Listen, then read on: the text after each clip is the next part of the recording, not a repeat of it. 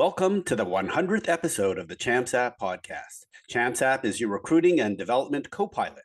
Champs App helps athletes, coaches, parents, and advisors navigate the world of youth sports. On today's very special episode, we look back at some of the best answers and moments of the first 100 episodes. We have certainly come a long way since we started the podcast in late 2020. Back then, there actually wasn't any app. We only introduced the Champs App profile a few months later, and then the ability to connect directly with college prep or junior coaches. Since then, we've continued to add new content and tools like the girls hockey event calendar, our team coach directory, our messaging tool, and of course, we recently introduced Champs Plus to provide access to additional recruiting and player development insights, advice, and experts. Now that we hit the 100 episode milestone, we will continue to make tweaks to the podcast as we will likely expand our focus to include boys hockey as well. But don't worry, we will still have lots of female hockey content as we have several amazing women's hockey guests already booked or recorded. Before we get started, if you've listened to the Champs App podcast in the past and it has helped you with your recruiting or hockey development, could you please take a moment to subscribe to the podcast and review or rate us on whichever platform you listen to or watch us on? It would really help other players and parents discover Champs App so we can continue providing tools and content for folks just like you. As you know, I really try and keep the focus of every episode on the guest and not Champs App or myself. But for this episode, I get to pick my favorite moments from the podcast. All right, let's kick things off with the two interviews that made every future coach easier to book. The first guest that really put Champs App podcast on the map was in episode 4, when I interviewed the most famous NHL hockey skills coach in the world, Darryl Belfry. At that time, we discussed the women's college hockey recruiting process that his daughter went through and his role in her decision. She is now entering her sophomore year at college, but it was great hearing about the factors they considered before she committed to Colgate University.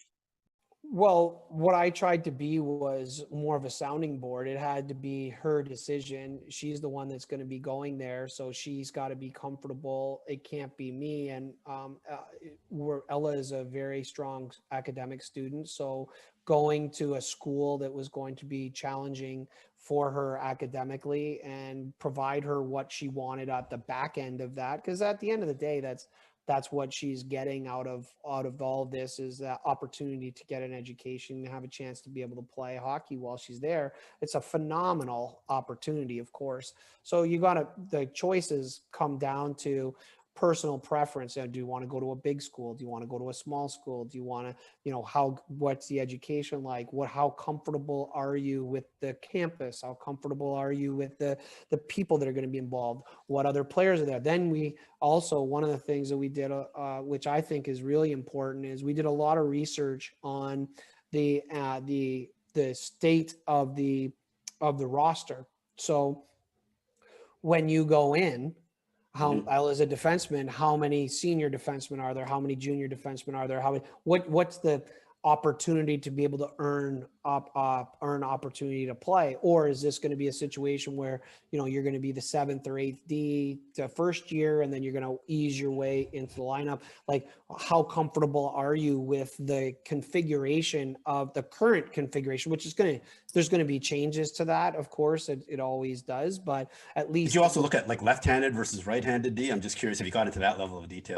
No, because I don't think that that's as much of a factor as it used to be. I think that most schools just take the most talented kids that they can. I don't think that they're as much left or right motivated. It was more graduation years and what entry years and when the kids were coming in that was most interesting. But I think doing your homework on each of the schools, and I think my role as it related to her thing was, she was fortunate. She had a couple of different schools that were interested in her. So it gave us a chance to kind of make some comparisons and get an understanding of what was going on. They had opportunities where they have, like, whether it be one-day hockey camps or things like that at the different schools. And so we went to those because it gave you a chance to be on the campus and ask questions and stuff like that. Because even up until those points, you're not able to talk to the schools directly.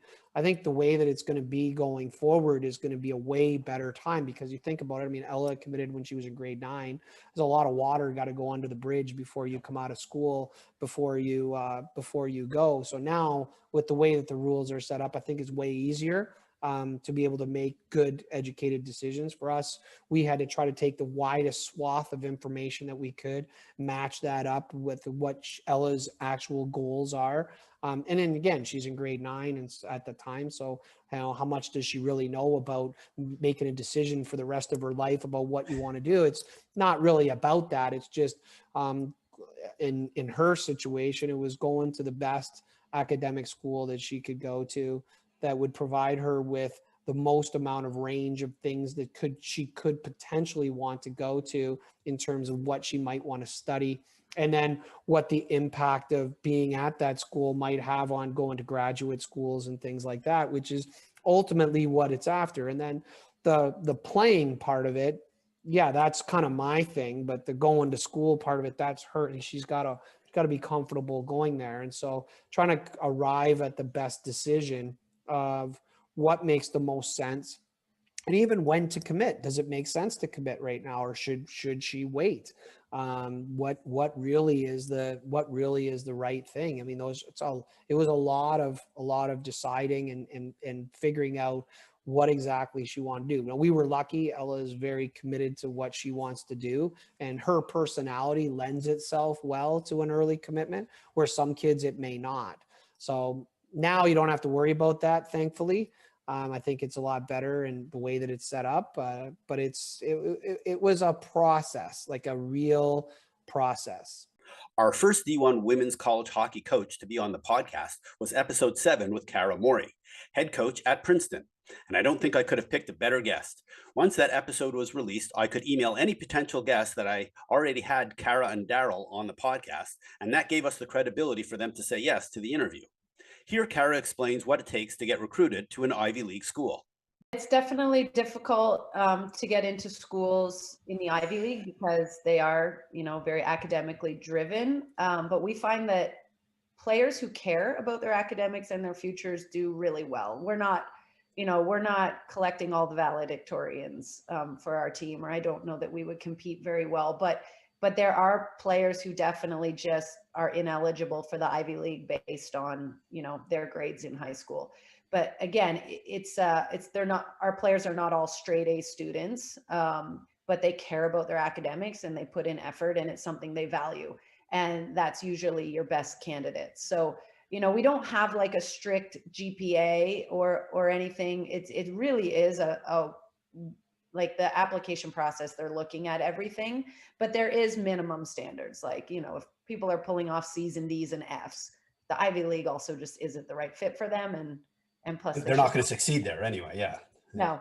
And probably anywhere. Like, I think that athletes have to, and for the most part, schools like, schools that are high achieving, whether it's in sports or, academically, they attract high achieving players, and most athletes that are driven, that's how they're wired. So it's not like there aren't many athletes I've seen that are like so driven to like be great at hockey at the expense of school. Their drive translates to all areas of their life. So I feel like the best hockey players are usually quite driven academically too, because it's just an internal demand on themselves. Like, they want to be great at everything they do. They want to be great in school. They don't cut corners. And that's why you'll see so many of these top players in such great academic schools, because it's who they are. They're hardwired to like do things the right way, put in the effort, don't cut corners, don't slack in any area of their life. When talking to NCAA coaches, getting them to explain nuances or providing perspectives that most players or parents may not be familiar with is a critical element to the podcast. Here are a couple of examples. In episode 20, Kirsten Matthews, who is now the head coach at St. Mark's Prep School, but was the head coach at St. Anselm at the time, explains D2 schools competing for the D1 Women's Hockey Championship. St. Anselm College is a Division II school. It always has been. What happened is that there was a number of us that were not, that were Division II schools and or Division I, but were not willing to play, didn't want to play Division I. So we were actually playing at the Division III level. The Division III level said because we were not Division III, we could not compete for the national championship. So if you look, the Division III national championship is called a Division III national championship. So someone like myself, who was at a Division II school, even though I was playing Division III, could not actually compete for the national championship. So a couple of years ago, this finally kind of came to a head, and Division III said, this kind of seems silly. our school started looking at this saying, we would like to actually have the opportunity to give our student athletes the opportunity to compete for a national championship. The Women's College Hockey Championship is actually called a National Collegiate Championship. It was designed to do that because years ago, when we came up with when we started to have a national championship, in order to have 8 spots, you need to have so many numbers of teams. Well, if you included the number of Division II schools with Division I schools, we got more spots. So we were able to get 8. So we were included in that, but we just chose not to play there. So recently we've made the decision, well, if we can compete at the national championship level, we would like to play there. So the National Collegiate Championship for women is a Division I, Division II national championship. So a school like myself and others who are a Division II school can play a Division I-II schedule and compete at the National Collegiate Championship. So our league, the NUHA, had a couple of those schools, a couple of new Division I schools, and we said, let's put together the 5th league that would be able to compete for the National Collegiate Championship. And it is made up of some Division I, some Division II schools. The reason that's important is that there's a thought process that the National Championship is a Division I only championship. It is for the men. It is not for the women. If you go on college hockey stats, you'll see this and you'll say, she's right. It is called a National Collegiate Championship. National Collegiate means Division I and Division II. And here is Brad Frost, head coach of the Minnesota Gophers, discussing the transfer portal on episode 94. Maybe what's your perspective on the pros and cons of the transfer portal? Well, I certainly think the pros are, if you are not playing as much as you want to be playing, if the academics are not as good or are not what you want out of your education, if I don't think there's a lot of bad things that are going on at universities, but it's not the right fit, you then have the opportunity to try it over again and do another place to see if that's the place for you. I think the hard part with the transfer portal is it's an easy out for kids sometimes, to be quite frank with you. It's I'm not playing here and I want to play somewhere else, so I'm just going to go, instead of maybe digging in a little more and saying, no, I don't have an option. I need to stick this out and I need to get better. Oftentimes it's an opportunity to go play somewhere else, which again is positive and a negative. But it's here to stay. Obviously, it may change a little bit in regards to the fact that there's no more 5th year transfers starting next year or after next year. So will it slow down? Will kids just maybe after freshman year or sophomore year decide to transfer instead of waiting until their 5th year? There's still a lot of unknowns with that. But we've certainly taken advantage of it with 2 or 3 transfers every year. Other coaches, as you mentioned, decided to go all in on the transfer portal, and it worked, as you talk about Coach Muzz. And again, wasn't doing anything illegal. She was playing within the lines, playing within the rules, but that was the route that they wanted to go. And from a on-ice competitive standpoint and national championship standpoint, it worked for them. And so, for us, we've had several or a handful of players go into the transfer portal this year, really for the first time. And again, it was about wanting to play. And we completely understand that as a staff. Like, if you're not playing at Minnesota and we know that you could play more somewhere else, man, we're signing off on that. Go have a great experience and be a leader and a great player on another team. One of my favorite parts of doing this podcast is talking to experts. Here are some of the favorite moments with a few of these guests. First up is NHL shooting coach Tim Turk on episode 62, talking about what the top goal scorers have in common. You work with some of the best goal scorers in the world. So what are the top 3 attributes or factors that these top goal scorers all have in common? So number one is a level of confidence. It's like the willingness. There's 2 willingnesses. There's one that having the willingness to improve themselves every day or try and maintain what they feel is best for them based on what people around them are telling them, all the positive things that they do. So the other thing is having the willingness to will the puck into the net or to an area where they want it to go. And that's partly what I call a sphere of influence. Like some players, their sphere of influence is a 3 feet like perimeter of their body. And then some players like Marty St. Louis, you know, it's funny, a quick story. When he went from Tampa to the New York Rangers, he shows up in the Rangers and all the guys are greeting him. And, you know, a couple of the guys are thinking, hey, I'm a second line guy. He might be on my line. So, you know, they go up to Marty, like, Marty, where do you want me to pass you the puck? So he's the type of guy, his influence is so high, his sphere is so big, he just grabs his hockey stick and swings it around above his head and says, anywhere in here. It doesn't have to be a perfect pass. It can be anywhere close to me. So that's one attribute that players have, is that willingness and confidence level to do things when they want and know that it's going to be a positive outcome. If it isn't a positive outcome, then that player has the ability to reattach themselves to what happened, register what went on, how the situation took place, and then try it again.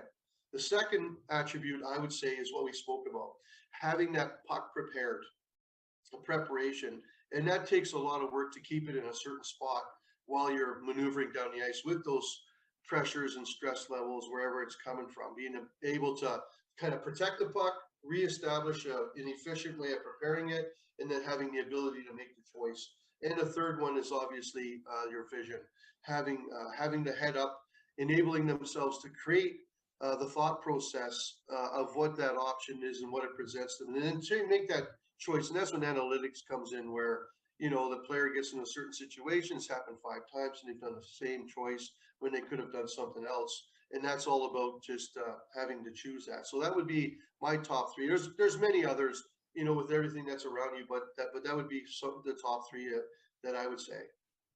Believe it or not, our most popular episode we've ever had was released only a few weeks ago when we had controversial hockey dad and businessman Murray Gunty on episode 95. Here he is talking about the state of hockey in the US. It's very hard to see the sport grow unless municipalities are willing to spend lots of money with a bad return. And so hockey's not a growth sport, right? Like, bottom line, it's not a growth sport. It's, you know, you've actually seen, I don't know, since 2019 to today, I can't remember the exact USA Hockey numbers, but maybe you've seen a growth of you know, just under 1% in total number of under 18 participants, and that's nationwide across everything. And if you include girls, which actually is growing faster, right? Boys has actually declined in the aggregate for U18 hockey players.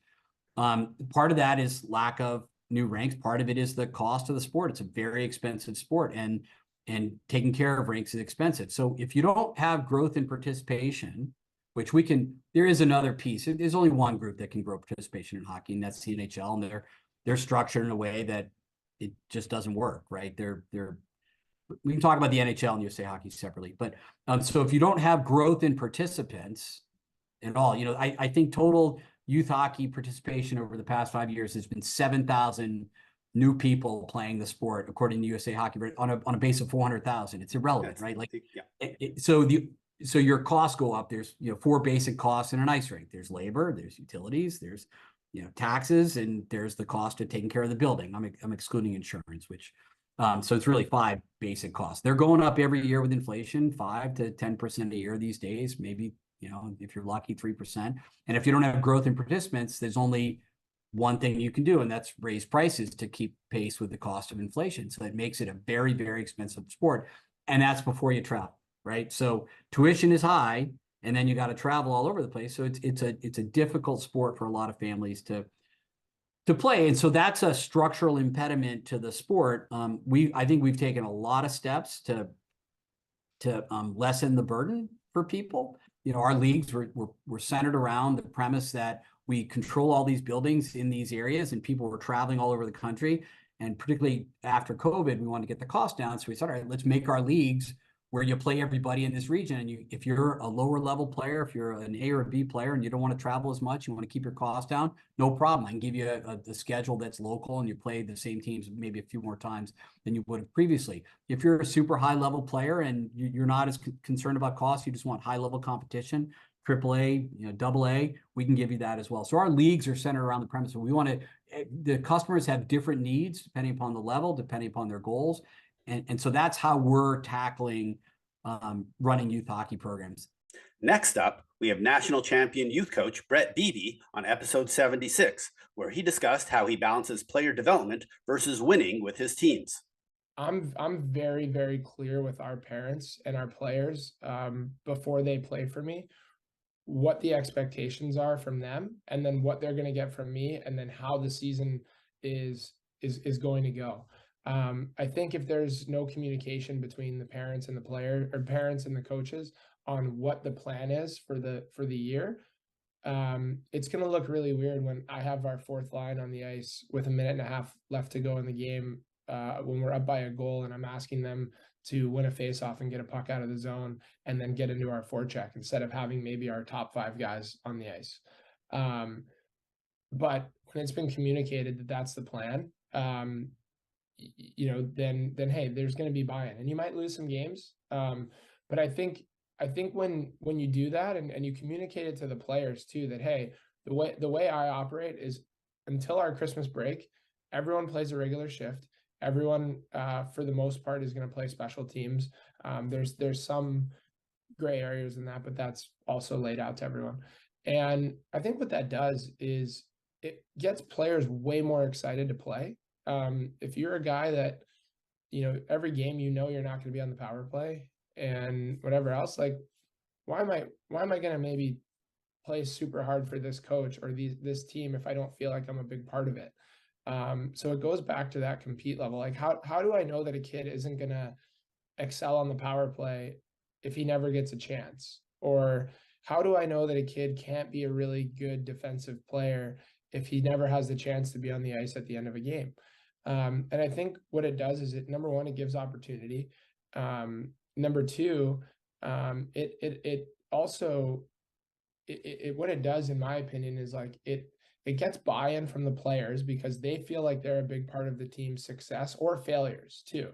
And when you have that buy-in, and then I can get to January and say, hey guys, here's our 10 guys that perform the best on the power play.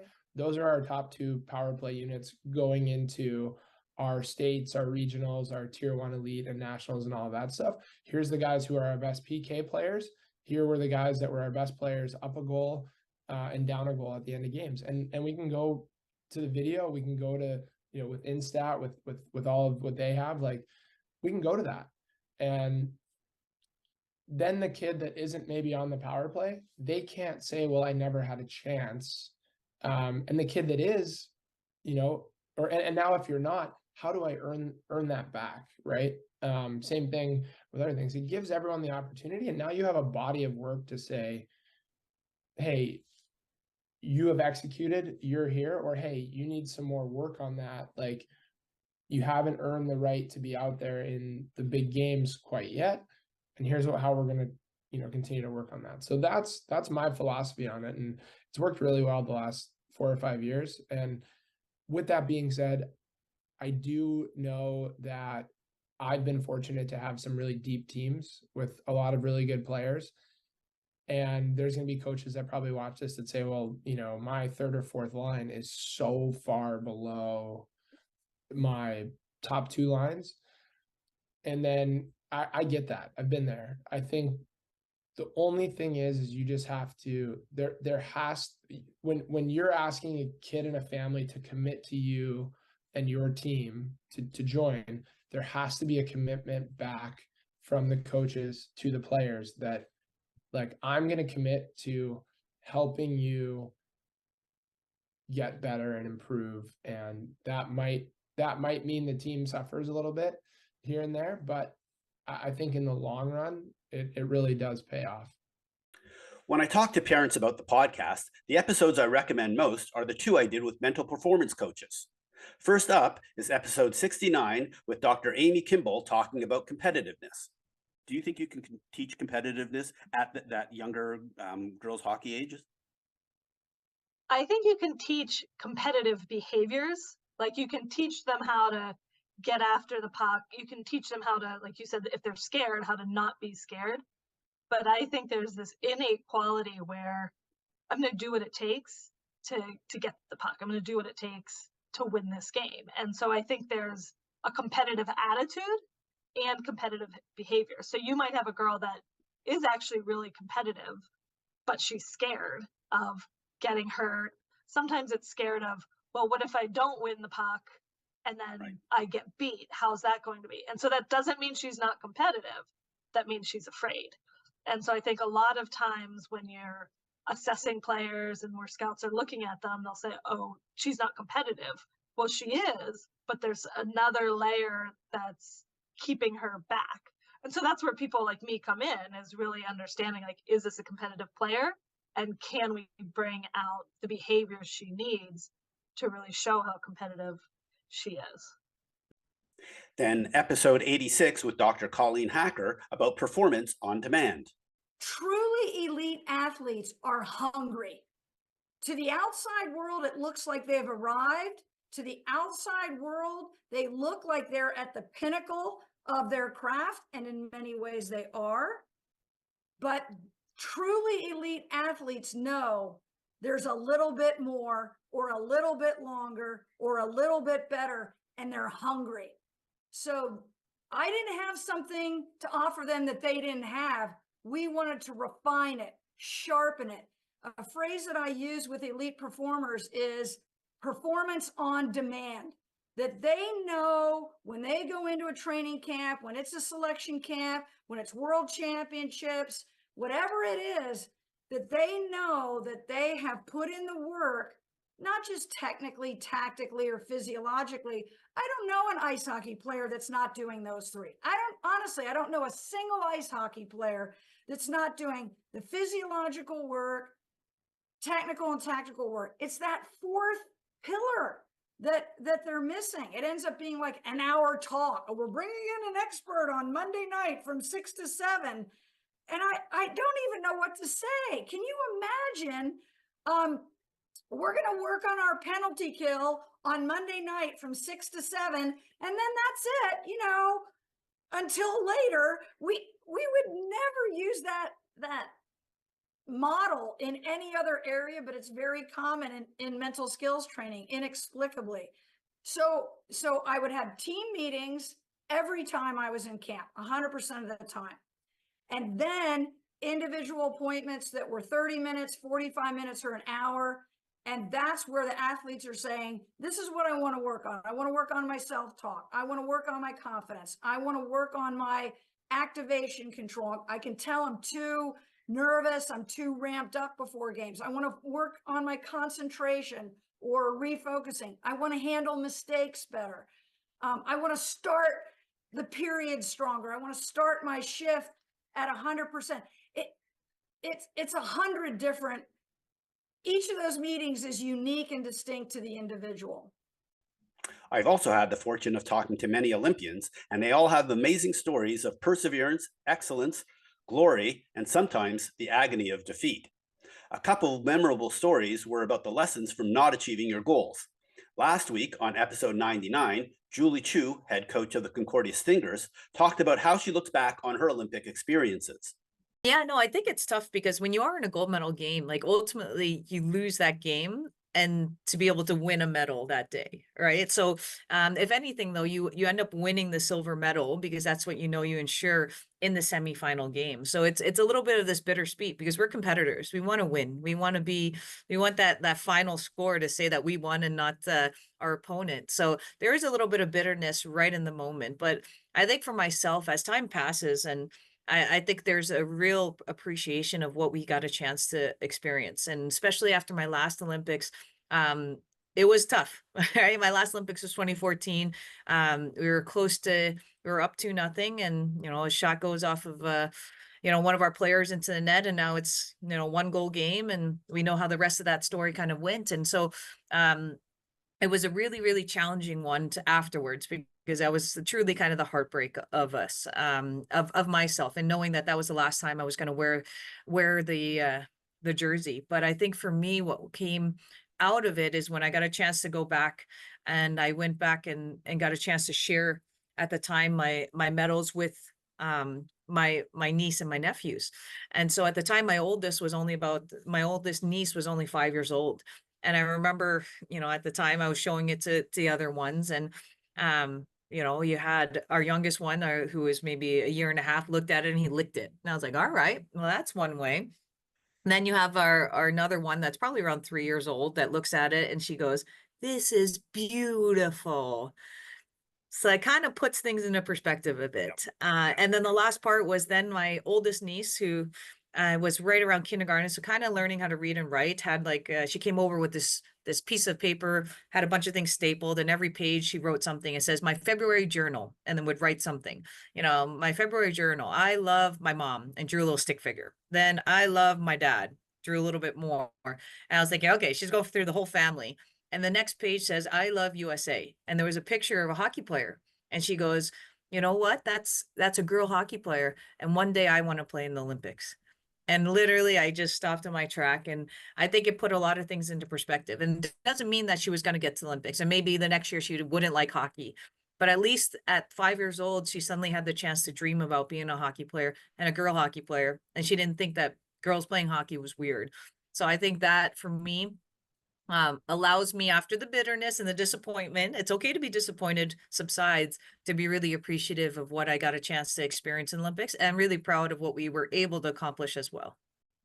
Then one of my favorite moments was Aaron Hamlin, head coach at Merrimack, discussing being the last cut before the 1998 Nagano Olympics on episode 11. Lessons for life. You know, I never made the Olympics. I was talk about that. Yeah, I was last cut before the 98 Olympics. It was a horrible experience. But at the same time, like I don't know that I ever would have been a coach, honestly, if that hadn't happened. And I'm not grateful for that experience, but I'm thankful that I was able to have perspective after that. When I got cut, I knew it was coming in some ways. I hadn't been playing my best hockey. I was the starting goalie up until that point, but yet didn't feel great through the pre-Olympic tour. I probably had the worst slump I've ever had. And I hadn't won enough games. And I knew that. The reality piece came in where I was like, I'm not the go-to right now. Like, I'm not doing the job. So I had almost talked myself into it being a real possibility before it happened. Didn't make it any less hurtful, and less painful, but at the same time, I walked away saying, I want another opportunity. I'm going to try to figure out another way to get back in. I got through my downtime of it and hit the other side and said, okay, let me figure it out. Reached back out to Ben Smith after a period of time and said, I'm ready. Like, I want another opportunity. Can you give me one? I ended up starting the next world championship. Yeah, that's that you end up back on the team. So obviously something was going on. Yeah. I got cut again. And the next time around, it was like, okay, I think it's time to hang him up. But, but I was proud of myself for putting myself back in the ring and putting myself back out there, despite the painful experience I'd already been through. On a more positive note, nothing beats former Minnesota State head coach and Miracle on Ice team member John Harrington describing his embellished version of the game-winning goal against the Soviets at the 1980 Olympics in Lake Placid on episode 50. As the puck went down behind our net, and I ran it down, and I took a couple of Bobby Orr laps around our net, a couple laps there just to let all the Russian guys get in front of me. So I had to go through all of them. And of course, being the well-conditioned guy that I was, I tell my grandkids, everybody else on the ice went for a line change, but me being in good shape could stay out there a little bit longer. But anyway, the puck went down in the corner, and I don't know, I went down there. Yeah, I found it in there, and I always tell everybody that I made a great pass to Mark Pavlich, and he made a great pass to Ruzioni, but I said, I went to the front of the net and maybe it went off my stick. I'm not sure, but I knew Mike's career was washed up and he probably needed that to make millions for the rest of his life. And I said, I was too young. I was a lot younger than him and probably had to earn an honest living. So I'll just give Mike that goal. It wasn't that big a deal, the winning goal against Soviet Union. So that's kind of the story I tell. There was kind of a full length rush and then starting to play and then maybe tipping it in, but nobody ever really seen that on film. So. And here is Natalie Darwitz from episode 37 explaining what made her such a fierce competitor. From her answer, you can see why she is heading to the Hockey Hall of Fame this fall. I think for me, I think the end result was obviously could you score? Could you set up a player? But I think so often we focus on goals and assists. It's the process of getting there. So for me, you know, my coach, obviously growing up, who I mentioned before, Jack Blatherwick, he said something to me that just resonated my entire career. Is he said, Natalie, every time you hop over the boards or you're at a face-off, you either need to think about, you need to be the most dominant player on that shift. And if you're at a face-off, you want the kid lined up across from you to go, oh crap, I have to go against Natalie. So that was my mentality. So if I brought that mentality to every shift, my chances of scoring obviously were higher. My percentage of scoring was higher in those games. So to me, dominance means, do I have the puck on my stick? Am I winning board battles? Am I coming out with the corner with the puck? Am I flying around with the puck in open ice? Am I winning draws? Am I hitting my open player and then joining the play? So for me, it was more about what is the process I need to do and how do I want to play? And that will bleed into hopefully an end result that I'll get on the score sheet and help my team out. And so in all of your years of playing hockey, did you ever have the center across from you say, oh crap? Did you ever hear them say that out loud? Maybe not out loud, but maybe hopefully in their heads they were. But you know, on the ice, sometimes you look the other center or forward in the eyes on a draw and you can tell or their demeanor. So it's, for me, that was my thing. It was like, could I focus on the process in every shift, be the most dangerous player I could be, whether that was D zone, neutral zone, or offensive zone. I wanted to make an impact. And I think so often we can get wrapped up into how many points and how many this and that and stats. We go watch a hockey game and we can tell, I want that kid who comes out of the corner with the puck. I don't care how big or small she is. Doesn't matter. I want that player who comes out of the corner with the puck because she has that innate tenaciousness, that grit, that competitive level that you want in players. When I started the Champs App podcast, my goal was to interview one coach from every NCAA D1 women's hockey team. At that time, there were only 41 teams. Since then, 4 teams have been added: Stonehill College, Robert Morris University Part 2, Assumption, and Delaware. I achieved my goal when I checked Ohio State off the list and interviewed Peter Elander from the national champion Buckeyes on episode 88. He provided one of the best answers on what he looks for when recruiting players. Also, when I go out and watch a game, if I see someone change on the back check, there is too many players out there. So if you can scratch a player away because they do things like change on the back check, but bad body language, didn't have the stick on the ice, selfish on 2-on-1s all the time. So more or less you weed out players to get to that small pool of players that there. Who is competing like a maniac? I have no problem to take a penalty once in a while if they compete. I have a problem if they take a penalty because I didn't want to skate so much. And then you're gonna win games and you're gonna lose games. It's how do you react on it?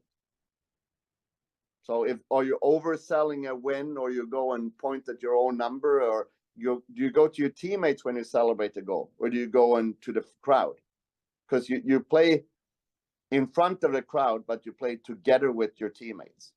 So who would you celebrate it with? When the goals get scored on you, are you the one who is pointing, go up and talk with some pointing fingers? Big no-no. Mm-hmm. I'd rather have a player said that was on me.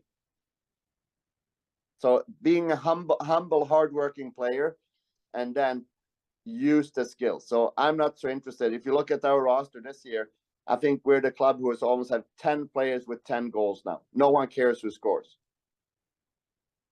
Because it's a team game. And in this era when everyone want to be their own, do their own things, I think finding those true team players, it's the key for success for a team game. I can also, we don't want any IKEA players who will put together it yourself. We don't want that. The most rewarding part of doing this podcast is when I see a previous guest in person and they tell me how parents or players who come on visits mention listening to the podcast and then use the podcast as a starting point to ask deeper questions about the program or school. If you made it this far in the episode, I want to thank you for being a loyal Champs App podcast listener. As I mentioned, we will continue to bring you more episodes and amazing guests. So please make sure you check out champs.app and leverage all the content and tools we offer to help you with your recruiting and hockey player development journey.